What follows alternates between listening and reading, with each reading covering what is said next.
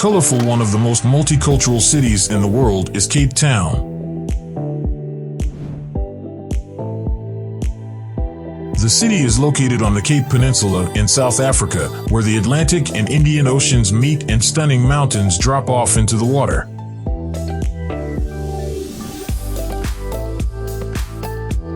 As European sailors bravely navigated the treacherous waters on their way to Asia's treasures,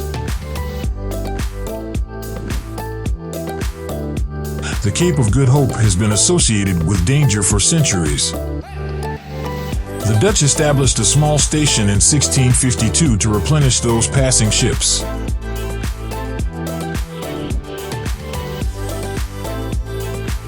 This outpost would grow into one of the most gorgeous cities in one of the most spectacular surroundings on Earth.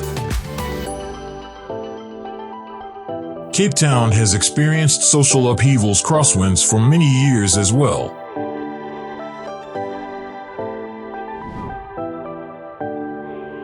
However, Cape Town had also survived some of history's most tumultuous seas and had charted a route for a bright future. Subscribe to AWZ and let us know if you enjoy our video. Despite its difficulties, this city shines as a beacon of hope for the entire globe, not just for South Africa. The City Bowl is home to Cape Town's primary business district. The renowned 2-mile-long plateau of Table Mountain is located behind this amphitheater-shaped location, which starts at the edge of Table Bay. The Castle of Good Hope is located close to the center of the bowl. The city expanded from this Dutch East India fort, which served as its hub. Visit Company's Garden in the neighborhood, whose fertile soils were developed to offer fresh food for those early commerce ships.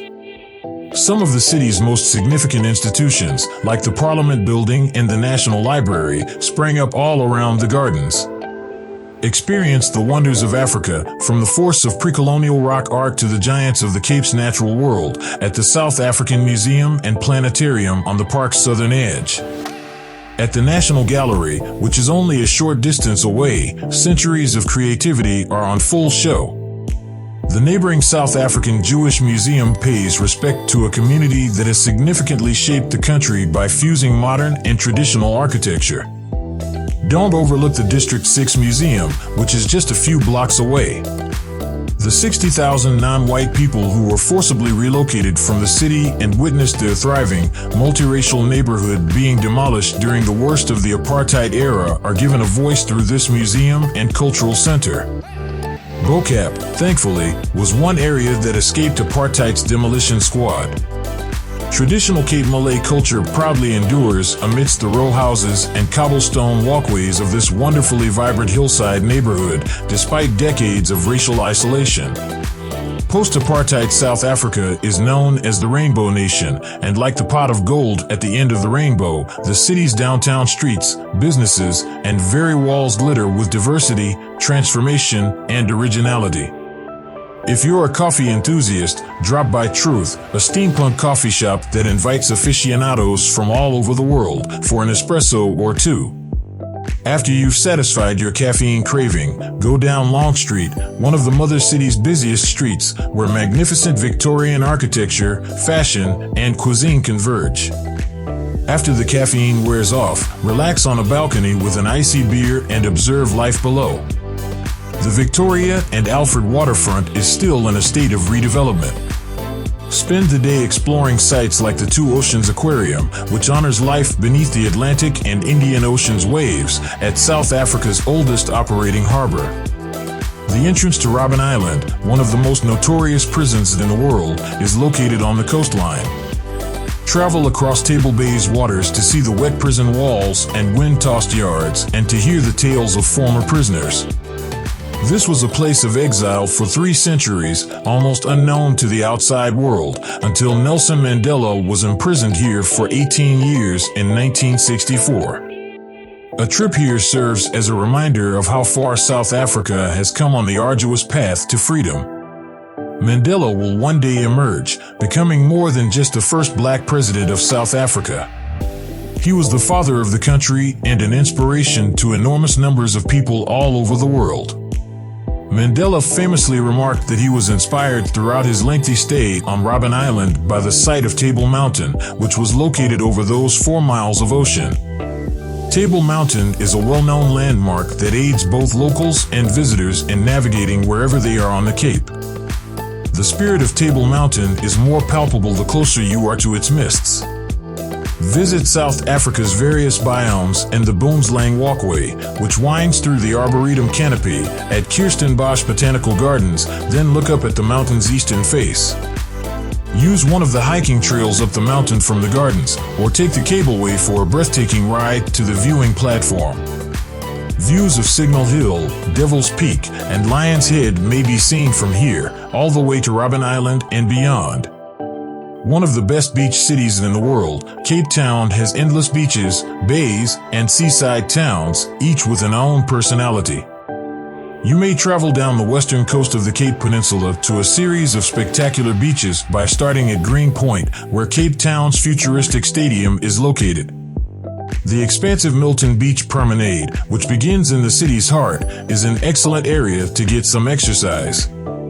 A little farther south, in Clifton, some of the most expensive houses in the nation pour down from the peninsula to the 4 beaches below, each of which is divided by falls of granite boulders that provide excellent cover on windy days. The vistas of the glistening Atlantic, Lion's Head, and the 12 Apostles are still free, whereas a home in Clifton would cost you millions of dollars. The St. Tropez vibe continues at nearby Camps Bay Beach.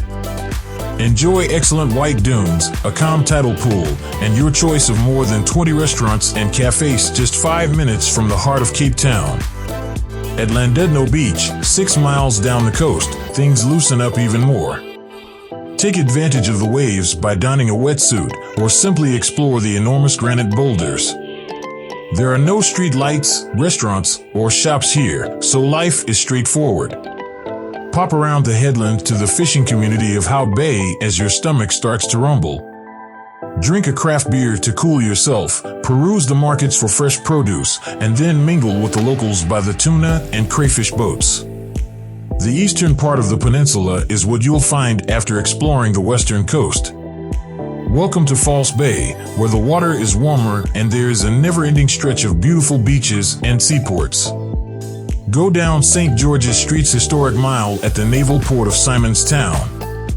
Take in the seaside atmosphere, say hi to a beloved sea dog, and explore the lacy Victorian structures along the way. You should visit Boulders Beach, one of the few locations in the world where you may get up close to endangered African penguins before leaving Simonstown. Fishhook and other little whaling and farming communities previously dotted False Bay.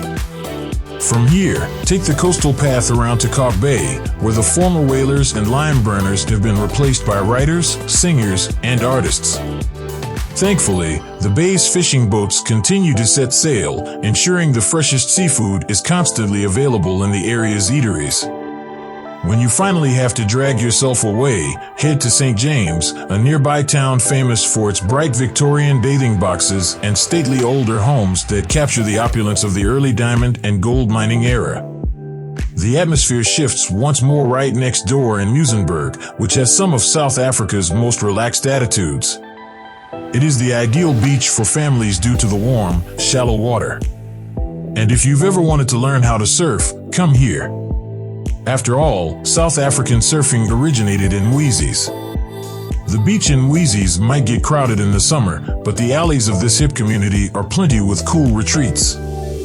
From here, nearly 12 miles of beautiful sands extend to Gordon's Bay, which dates back hundreds of years.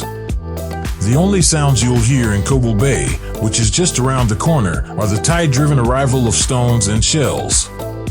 Cape Town is endowed with some of the best wine-growing land in the world, so its treasures extend beyond its beaches.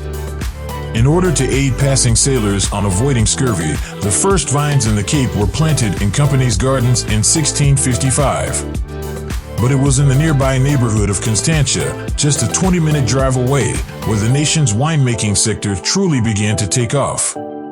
To protect them from the ferocious Cape winds, hundreds of vines were planted here in the late 1600s beside rows of oak trees. From this point, the vineyards extended well beyond Cape Town into what is now called the winelands. Choose from 18 various wine itineraries that are based around charming towns and villages, and you'll find enormous vineyards and breathtaking landscapes. Many of the estates are distinguished by historic manors built in the Cape Dutch architectural style, as well as dining establishments and tasting rooms where you may experience the true flavors of this lush area. After visiting Parel's renowned wineries, including Laborie and Vrede en Lust, stroll through the town streets and take in its 300-year-old architecture. The tall monument is located high above Parel and honors the Afrikaans language, which was outlawed in the turbulent years after the Anglo-Boer War in 1902. The oldest wine route in South Africa, the Stellenbosch wine route, with 200 wineries and more than 150 tasting rooms. Visit the Bordeaux-inspired Waterford estate for a 2-hour wine safari and taste some of the most intriguing new reds the area has to offer. The Franschhoek wine route, which is only 50 miles from Cape Town and 30 miles from Stellenbosch, is arguably the most picturesque wine route of them all. 200 French Huguenots who were fleeing religious persecution in 17th century Europe settled in this valley and turned it into a paradise. Today, Franschhoek is regarded as South Africa's food and wine center. The influence, style, and passion of the French are pervasive at Boskindel, one of the nation's first estates. It also persists in the town itself, in the museums, galleries, and memorial, which features a woman shedding the veil of oppression and looking forward with hope. Take one of the most beautiful drives in the Cape, Franschhoek Pass, before returning to Cape Town. Enjoy panoramic views of the valley below while exploring hillsides covered in proteas, a flower that was first found on the Cape and is now grown all over the world. According to local legend, the protea stands for change, bravery, and optimism. Given that Cape Town was built on the same land, it is not surprising that it exhibits similar characteristics. But Cape Town is a garden, not simply a single flower. This is a garden where hands of all colors have planted seeds of hope and have held the fruits of freedom from its early days as a resupply point for passing sailors to the harsh harvests of the apartheid era. So come and enjoy Cape Town's hues, as well as its independence and optimism. Thanks for watching, and I hope to see you again soon.